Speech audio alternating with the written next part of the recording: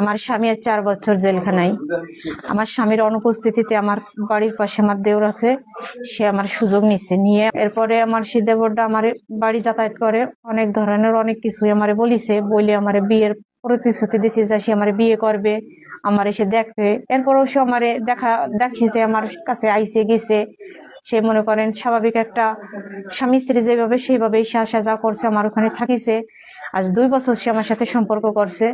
2 বছর সম্পর্ক করার পরে সে এই দিন 15 কইছে, এখন আমারে অস্বীকার করতেছে। সে বলে যে যখন চাকরি পাইছে, চাকরি পাওয়ার আগে এখন চাকরি করতেছে আপনার 250 বোর্ডে, 250 বোর্ড আপনার গোপালগঞ্জে। সে চাকরি পাওয়ার আগে বলিছে কি, আমি এখন চাকরি নাই, চাকরি পালি আমি তোমার বিয়ে করে তারপর আমরা করব। আর যখন চাকরি পাইছে এখন সে অন্যরকম আমার সাথে আচরণ, আমার চেনে না, আমার অ্যাভয়েড করে, আমার ফোন ব্ল্যাক লিস্টে দিয়ে দেয়, আমার ফোনে যে সমস্ত ডকুমেন্ট আছে সবগুলো ডিলিট করেছে। এরপরে মনে করেন একতরফা আমার সাথে তারা হাতাহাতি হয়ে যায়।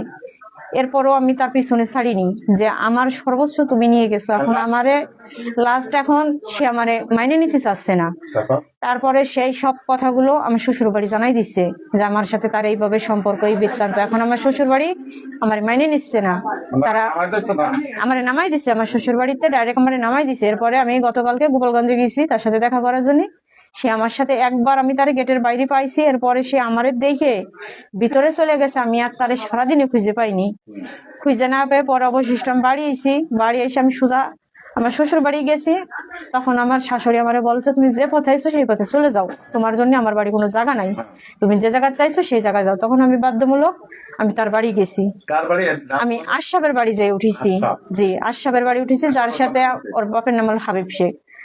আমার শ্বশুর বাড়ি আমার জায়গা দেয়নি, আমি তার বাড়ি যে উঠেছি।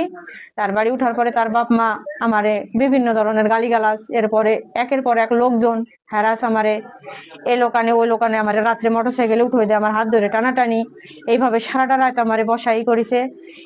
আজকে সকালবেলা আমার সদস্য ছিল, মনে করেন যখন এটা একজনে হাত লাগায় না, প্রথম হলো হাবিব মিয়ার ছেলে আমার গায়ে হাত দিছে, তারপরে হাবিব মিয়া আমার চুল ধরে আমার এই যে হাতের এখানটা, এই যে দেখেন কোন অবস্থা পিঠি আছে, যেগুলো আপনার আমি দেখাতে পারতেছি না।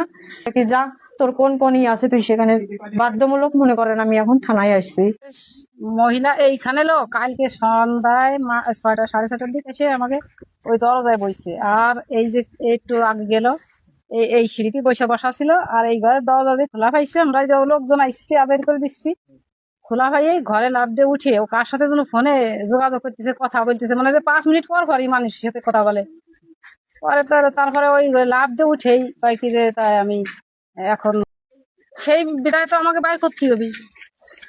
তারপরে আমার ছোট ছেলে দরজা ভাঙিয়ে তার ভিতরে দিয়ে ওরা খালি বাইর করে দিছি। বাইর করার সাথে কি আমার গায়ে হাত দিল, গায়ে হাত দিয়ে ধরে আইনেই তো বাইর করতে হয়।